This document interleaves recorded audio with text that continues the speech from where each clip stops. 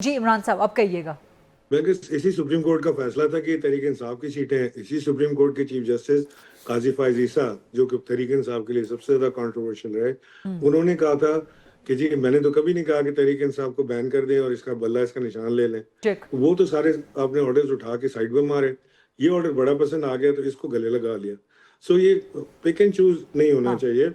اسی supreme court نے فیصلہ دیا تھا کہ یہ تحریک انصاف کا حق بنتا ہے ان سیٹوں کا, یہ ان کی سیٹیں ہیں.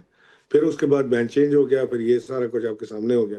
سو what I am seeing is کہ لیکن سر وہاں پر بھی سپریم کورٹ یہ نہیں کہہ سکتی نا کہ 3 مہینے بعد الیکشن کے یا 6 مہینے بعد الیکشن کے کہے کہ جی اب دوبارہ سے آپ وہ سیٹیں پی ٹی آئی کو دیں. سر آئین میں ایک ٹائم ہے نا کہ 15 دن کے اندر آپ کسی کو جوائن کر سکتے ہیں. بالکل 6 مہینے بعد تک تو نہیں کر سکتے. بالکل ٹھیک کہہ رہی ہیں. میں یہ کہہ رہا ہوں کہ میں طارق صاحب سے میری یہ گزارش ہے کہ 1 منٹ کے لیے آپ اپنی اپلیشن پی ایم ایل این کی بھول جائیں, میں پی ٹی آئی کی بھول جاؤں.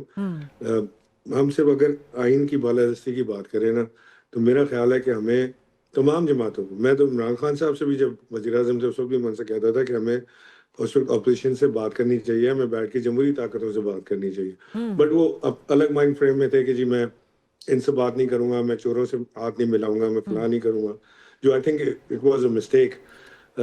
چور ہے کہ نہیں اس کا فیصلہ عدالتوں نے کرنا ہے. آپ نے ابھی بھی وہ اسی فریم آف مائنڈ میں ہیں کہ میں ان سے بات نہیں کروں گا, میں کسی اور سے بات کروں گا. لیکن جن لوگوں کی ہوتی ہے وہ تو کچھ اور ہی سٹوری سناتے ہیں. وہ کبھی کہتے ہیں کہ جی ہم جا رہے ہیں بات کرنے, پی ایم ایل این سے بیٹھیں گے, بات کریں گے, وزیر اعظم نے آفر کیا, ہم اس کو انکیش کریں گے.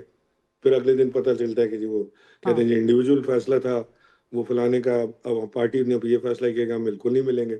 سو پی ٹی آئی میں ایک بہت بڑی کنفیوژن تو ہے بیکاز لیک آف لیڈرشپ ہے نا, وہاں لیڈرشپ تو موجود ہے نہیں.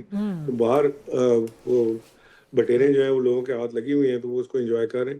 لیکن ہیونگ سیڈ دس, میں سمجھتا ہوں کہ سیریس ایفرٹ ہونی چاہیے for all the parties to sit together, join heads, اور فیصلہ کریں کہ ملک کو آگے لے کے کیسے چلنا ہے.